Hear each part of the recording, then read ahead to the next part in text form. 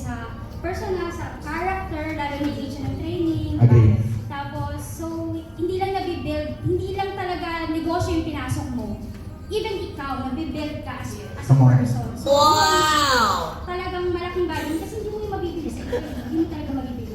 So, kumikita ka na ano pa yung character mo, nabibuild. Come on. So, anyway, thank you sa mga nagtiwala sa akin. So, salamat sa mga business partner ko, kay Miss Marie Chris, kay Marie Chris, kay Sir Ryan, kay Miss Jade. Yes. Mga friends din kasi ako na user lang talaga sila. Come on. Pero eventually, after nang matry nila yung mga products, kinukuha na nila yung account yung mga family members nila. So, ayun, ano ba? Marami pang mga friends sila, Miss Judy, mga, marami po.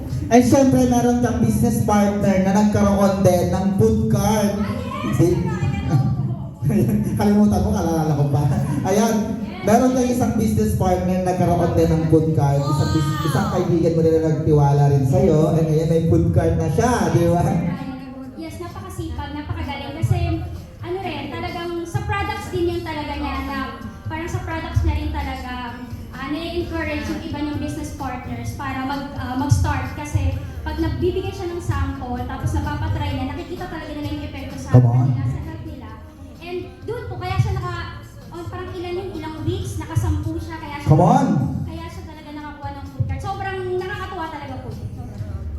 Grabe, from the business partner na nagtiwala sa'yo, tapos ngayon, meron ng food cart na sarili, and then syempre, I believe ikaw is in love ka talaga sa product na meron tayo dito.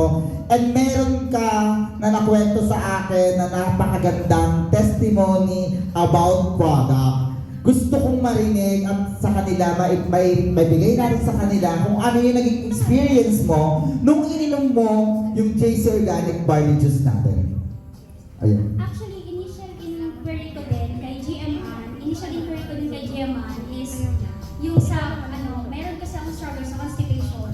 Wow. So, medyo matagal talaga. Siguro, I think hereditary siya sa akin. Pero, for the longest time, yun nga, constipated, hindi ako regular. So, medyo somehow naka-stress din siya kasi hindi siya healthy. Nakapag-colonoscopy ako before. Tapos, syempre, change lifestyle. Pero even after naman ganun, kasi nag-exercise naman ako, water Wow. intake, fiber. Sana all. And even, nag-try talaga ako ng mga herbal tea. Mhm. Tapos, marami na ako na-try from herbal tea, fiber, yung fiber. Para lang maging normal. Nagtatry talaga ako ng makakatulong sa akin na talaga mag-regular. Wow. Tapos, tinry ko to, tinry ko yung Jay's Organic Barley Juice twice a day. Mhm. Tapos, nakita ko talaga effect sa akin after 2 weeks. After 2 weeks. After 2 weeks. May resulta ka na after 2 Yes, weeks. after 2 weeks talaga siya sa akin. Nakita ko. Tapos, doon ko naramdaman na, okay, nagre-regular na ako. Minsan hindi nga ako sanay. Okay, another day. Kasi normally, talaga parang, minsan after 3 to 4 days, maximum 5 days, pag Wow. stress na talaga ako.